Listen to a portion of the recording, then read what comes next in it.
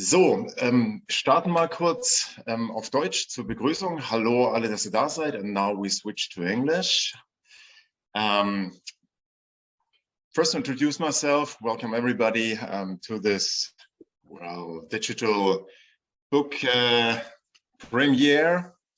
My name is Wolf. I'm from the Otherland bookshop in Berlin. We're specialized in science fiction, horror, fantasy. And thanks a lot to the Hobbit Presse for hosting this evening with this author I'm going to introduce to you in a second. Big thanks to Mareike and Sophie, who are with us here in the chat room, in the online.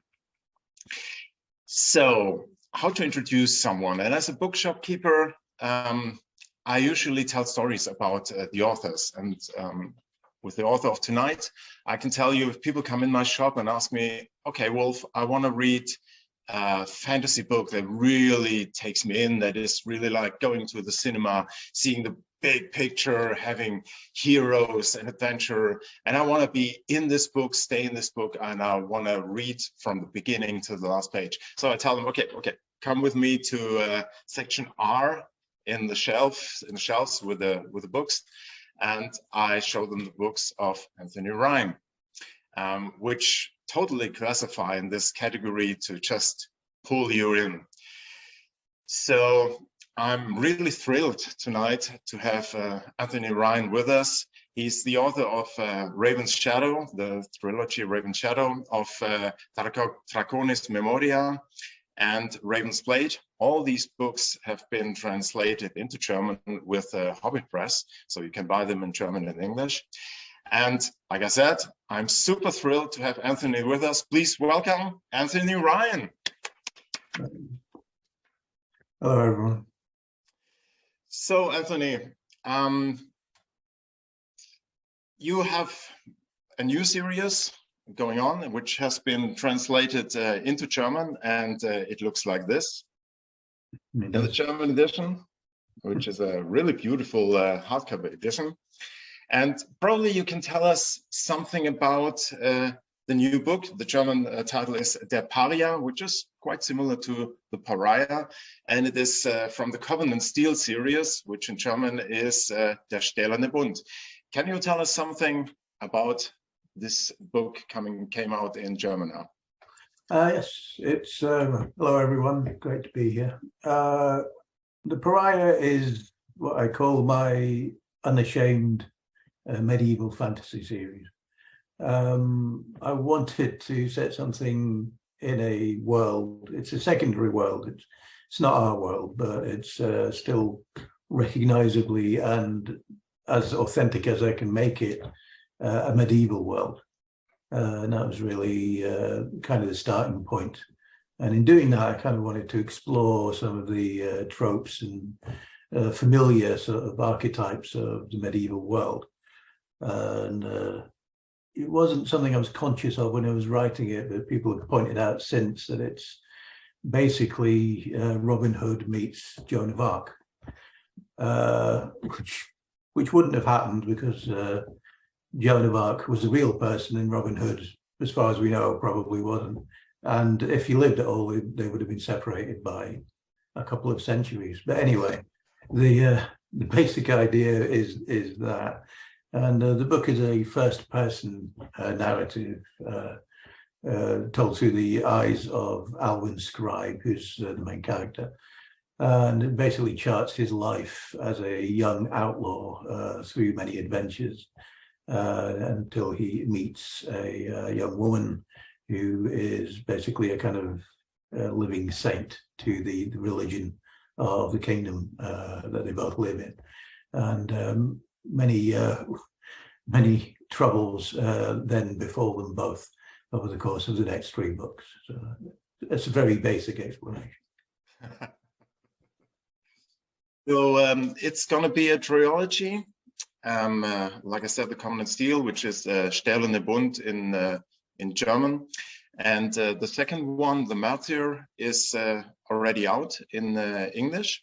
Yeah. And I think your writing already finished the third one, The Traitor. I have finished the 3rd book last year. So yeah. Oh, okay, already. All right.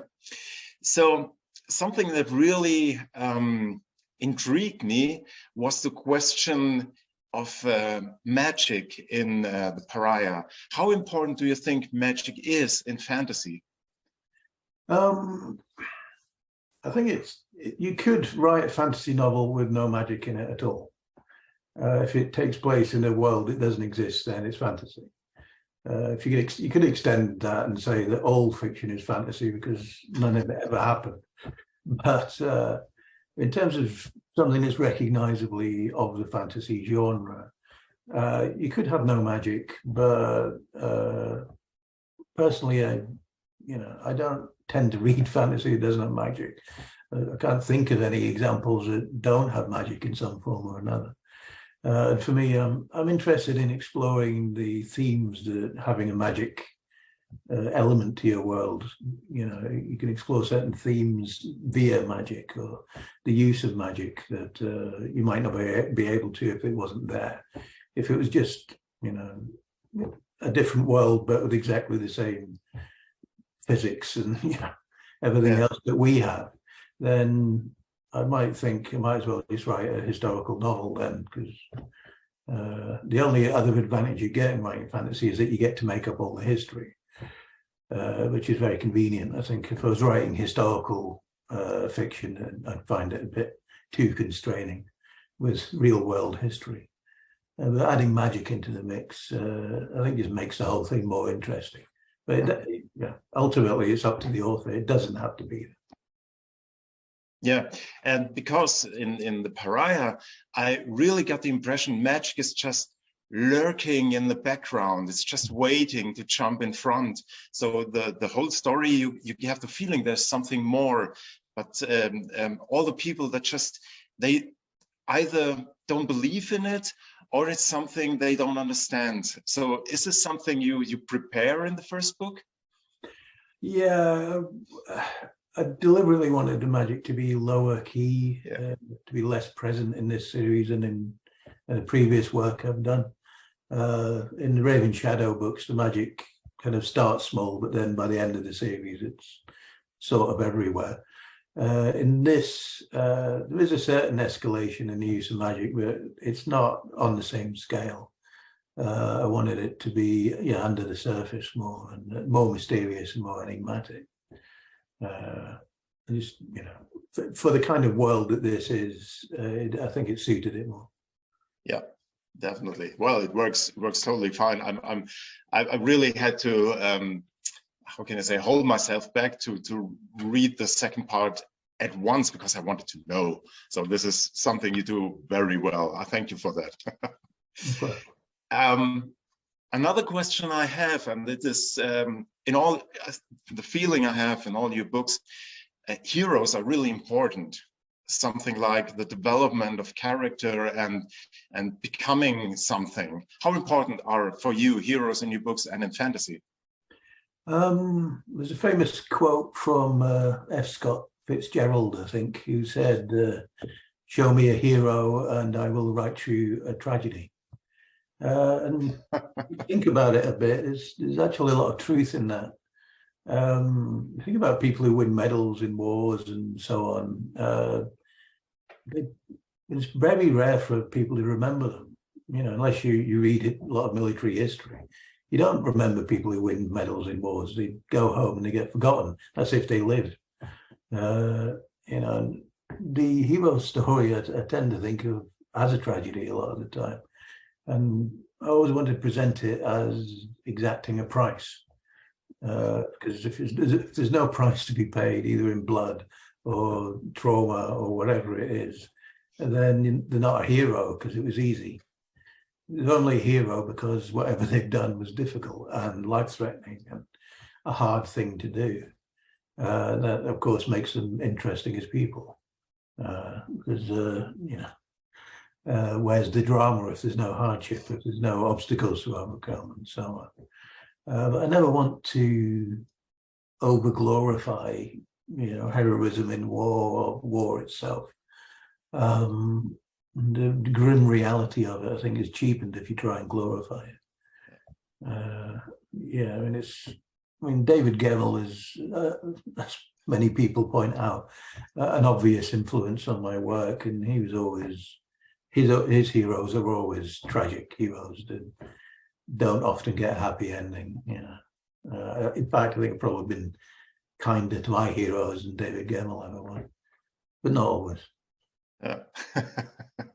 How important are the possibility to decide to become a hero for your main characters? Like Alvin, he's not really like, he doesn't want to be a hero, and he doesn't see himself like one, but he just, well, sometimes you cannot help it. How important is it, or do you sometimes think when you write, should I give him the possibility not to become this person? I could have, but then it would have been a much shorter book. He is what he is. Alvin is a complex fellow. Yeah. I do think his own view of himself is probably more negative than the actual reality. I think he's a nicer person than he thinks he is, and has more of an innate moral sense that's perhaps got buried by his upbringing, which wasn't pleasant. But he is the kind who will, at the end of the day, when he's probably exhausted all other opportunities, do the right thing. But it'll probably take him a long time. Yep, definitely. And I really liked how you make him realize what is the reality he lived in. So this is something he really finds out more and more about, the reality he's in. So this is amazing how you pull me as a reader into your book, because I see, oh, this is not what he believed it is. So it's beautifully well done. Thank you for that. Thank you. So 2 more questions before probably we open up for everyone.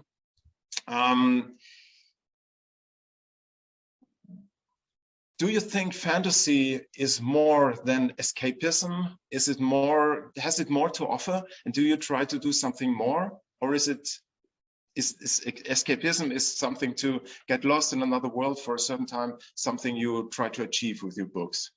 I'm perfectly happy for people to find escapism in my work. If they think about things whilst also escaping, then that's fine too. I'm not really a message writer. There's themes in my work around religious conflict and so on, and abuse of power and all of this. But you don't need me to tell you those are bad things. Just turn the news, turn on the television, you'll find it out. You don't need my book to tell you that. But I don't mind putting a bit of brain food, as we call it here, into the books, along with escapism. But I think it's, there's nothing wrong with escapism. It depends entirely on the author's intention, I think. And I've certainly sought escapism in fantasy for most of my life. So it'd be churlish of me to criticize it now. Well, it's just something fantasy often is criticized for, and I totally agree with you. If that's what it is what it is, and it gives you a good time. And I totally agree, because I'm the same like you. I grew up with fantasy science fiction, and it's a big part of my life. Yeah. So for considering you as an author, becoming a famous, successful author, what is the most surprising thing that happened to you as an author since you became one?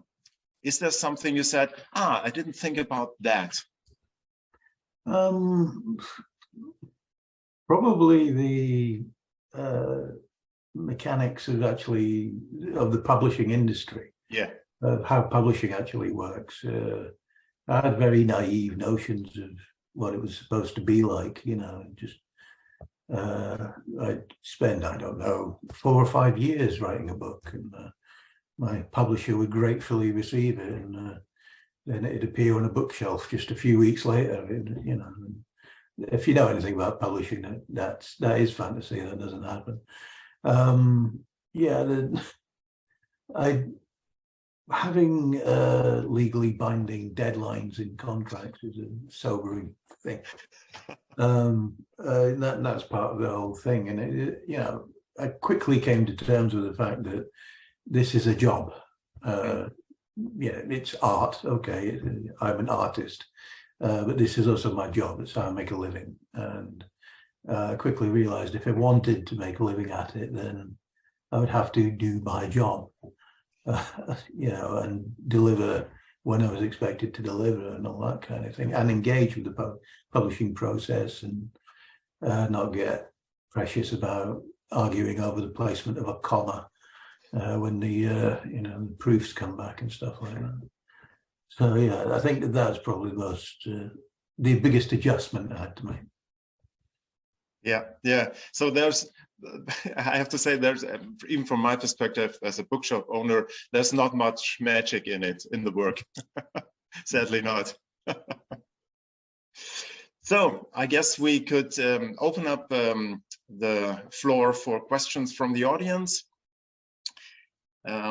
We have one here from Vanny. Oh, it disappeared. Mareike, can you see the question still? Yes, I posted it again, but I can read it out loud too. What's the hardest part for you creating and especially writing a high fantasy world? Probably the work I do in advance of actually writing. These days I outline my work. I do a chapter by chapter outline, and I don't do a full-on history of the world I make up, but I do make notes about it. I read books, history books that concentrate on, you know, the kind of world it is. I read a lot of medieval history for the Paria and subsequent books in that series, and yeah, getting to the point where you're ready to start writing, where you have a world that's not fully realized, but you know enough about it to start writing in it, and having outlined the plot and so on. That's probably the hardest part for me. It doesn't take that long, but it is you know, it takes a lot of effort. The actual writing of the book is, you know, even though it's a much longer process, comparatively easy. It's not easy, but it's, compared to the pre-work I do, it's comparatively easy.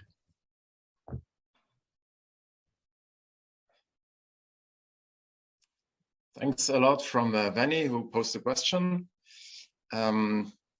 We have one question from Melanie. For storytelling and finding characters, worlds, artifacts, do you have a creative technique to create them? How do you work on these themes? Hi, Melanie. Well, as I say, I do research.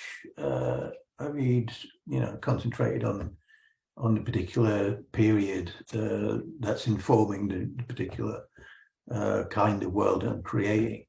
For the Raven Shadow books, you know, there's a lot of influence from Renaissance Europe rather than medieval Europe for that particular series. It's a kind of early Renaissance, late medieval world.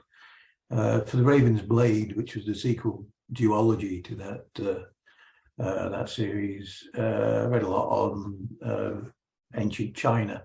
If you've read it, you know that, you know, Valen goes off to the equivalent of, you know, what was the Ming Empire. So I read a lot about that. It's curious that even though I do a lot of research and I make a lot of notes, maybe about 10% of what I've actually, the knowledge I've actually acquired, maybe about 10% of it actually goes into the book. I also, you know, look at a lot of visual reference and television documentaries and so on. They're always very useful. So yeah, it's just, you know, a big pile of research that all goes into my head and emerges on the page eventually. And another one from Johanna. Where do you get your ideas from? Do they just pop up in your head, or do you sit down and have to really think about it, work them out? It's a curious thing about ideas, because I call it the idea factory in my head that never stops. I have constant ideas. I'm pretty sure I'm going to, you know, leave this world with about 10 or more books that I haven't written that I would like to write, because I'm never not having ideas. But there's a difference between an idea and a story. Yeah, an idea is a small spark, really. It's a notion, you know, it intrigues you and it leads you on. But the story is different. That's, you know, something that's greatly expanded. And stories don't arrive quickly. Ideas arrive quickly, but stories don't. And whenever I've had an idea that I've got really excited about, sat down and tried to write it immediately, I stopped after a couple of pages because it wasn't going anywhere, because I didn't know the story. I didn't know what was happening. I didn't know the characters. And so these days I've learned to let ideas sit. I might make a note about them. I have an ideas file on my computer that I add to periodically, but the best thing to do, I think, is to let them sit. If it's a good idea, it will grow into something, and they usually do. Yeah, it's just as time goes on, I hope I find I live long enough to write them all.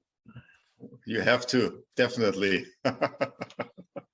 So to give you a short break, I just let the people know you can buy the Paria in the Otherland bookshop and anywhere else, but especially in the Otherland bookshop.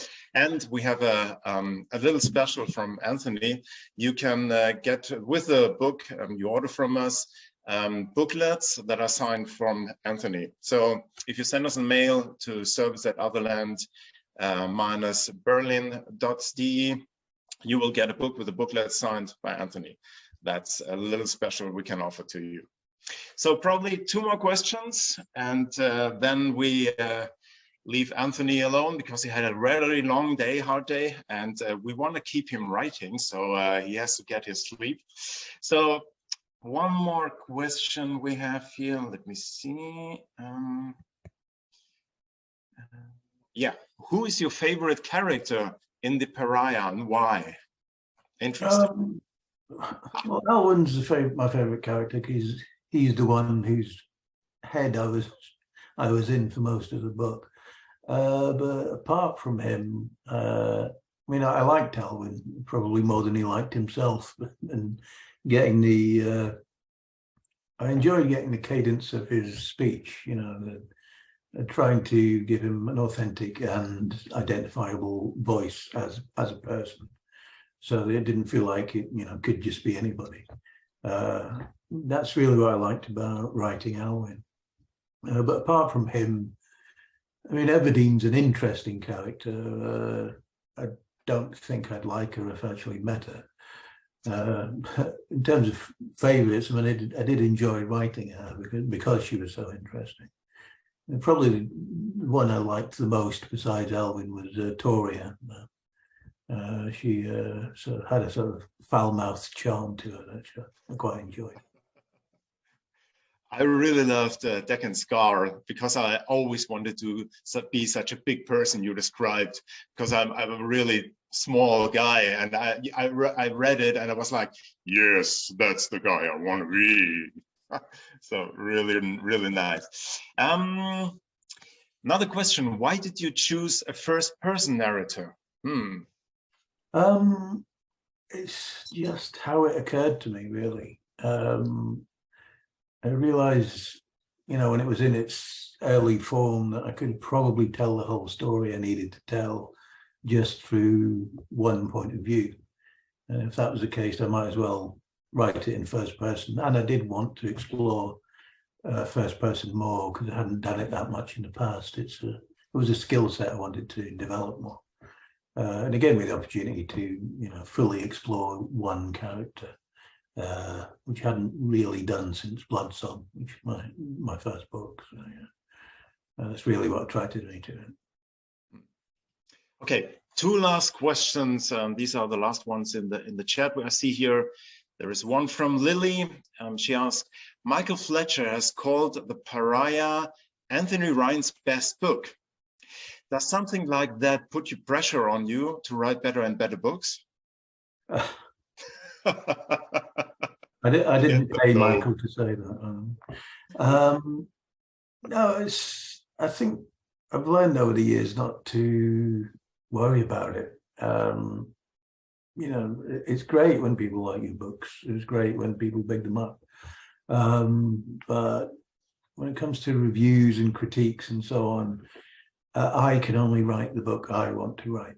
I can't write the book everyone else wants me to write, because that's impossible.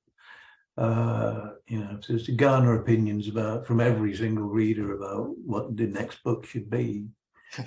How am I supposed to write that? You know, and yeah, I get different opinions about my book. Some people have said The Waking Fire is their favorite book and my best book. Others have said, you know, Slab City Blues, which is my oft forgotten self-published science fiction series. Yeah, some people said that's the best thing I ever wrote. I mean, at the end of the day, all I can do is keep writing, and that's what I do. Yeah, and it always comes down to taste. Some people like Coldplay, some people like Metallica. So that's what the differences are for. Last question, and I think it's a fine question to close it up. In which world, and the question is from Doreen, in which world of your books would you like to live? None of them. To a certain extent, they're all not very nice places to live. I mean, there's parts of them which aren't too bad, but no. For all its many difficulties, the real modern world that we live in, you know, it might not seem like it, but we are living in the best time to be alive as a human being. Hopefully it'll last a while, but living in a world without, you know, painkillers and hot running water and stuff, I don't think I'd like it very much. If I had to choose one, I think probably the Draconis Memoria world, because it was, yeah, kind of a vast and interesting place.